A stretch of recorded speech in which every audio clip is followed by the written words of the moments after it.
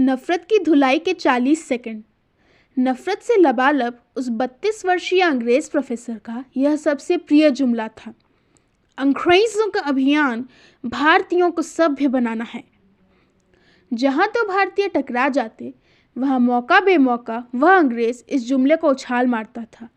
यह जुमला स्वाभिमानी भारतीयों के हृदय में सूल सा धंसता था।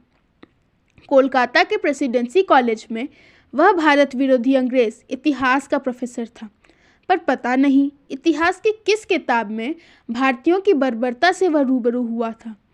दुनिया की एक सबसे प्राचीन सभ्यता, जहाँ से निकलकर लोग कभी दुनिया में कहीं किसी को लूटने नहीं गए और न किसी को गुलाम बनाया, जहाँ की मुख्य धारा संस्कृति पूरे संसार को एक परिवार मानने का स्वप्न दिन रात देखती हो, जहाँ हजारों बोलियों, रूपों, नस्लों के लोग सदियों से एक दूसरे का हाथ थामे रहते आए हों, उस देश को कोई बर्बर माने तो फिर क्या कहा जाए। अक्सर ऐसा होता है कि अगर किसी नफरत की नकेल न कसी जाए तो वह बढ़ती चली जाती है।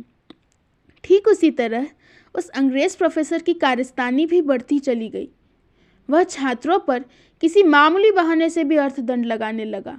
तब छात्रों ने पहली बार कॉलेज में हड़ताल का फैसला लिया। 2 दिन बाद हड़ताल टूटी, लेकिन कॉलेज प्रशासन और उस प्रोफेसर के तेवर में कोई कमी न आई। तब कुछ छात्रों ने फैसला लिया कि मातृभूमि को नीचा दिखाने वाले को औचक सबक सिखाना पड़ेगा।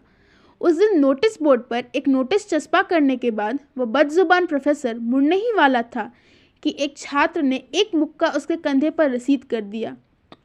प्रोफेसर को धक्के मारकर गिरा दिया गया। मुंह के बल गिरे अंग्रेज पर चारों ओर से लातों की बौछार हो गई। वह मदद के लिए चिल्लाने लगा। जैसे ही कोई अन्य प्रोफेसर मौके पर पहुंचता, महज 40 सेकंड में छात्र अपना काम कर नदारद हो गए। अंग्रेज को झाड़ कर सीधा किया गया। नाक पर चोट लगी थी और शरीर पर खरोच। तत्काल अस्पताल पहुंचाया गया।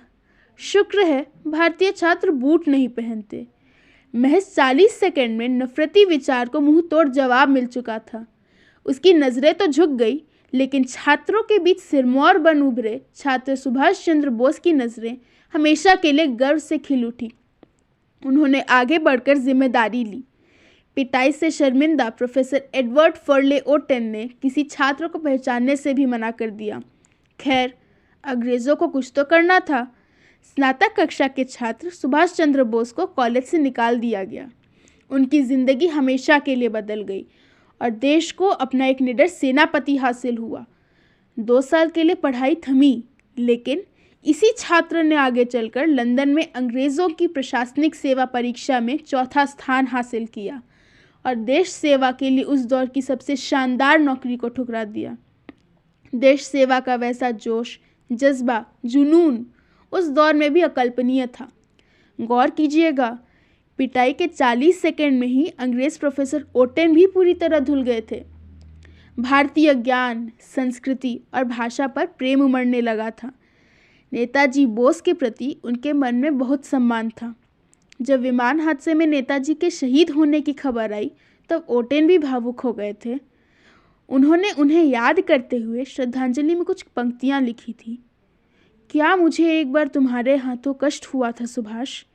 शांत हुआ तुम्हारा देशभक्त हृदय, मैं भूल जाऊंगा, पर अभी मुझे याद करने दो वो पल, ऊंचे स्वर्ग की प्राचीर पर, अपने दावे के लिए, आज़ादी के बकाए की सीधी और साफ मांग के लिए। हाँ, मिल गया ऊंचा स्वर्ग पूरी गरिमा में, मिलनसार देशभक्त ज्वाला जो चमकती थी, भारत के पराक्रमी हृदय में प्रज्वलित और प्रवाहित, उसकी सेनाओं की हजारों विजय से भी आगे एक विजय। प्रस्तुति ज्ञानेंद्र उपाध्याय।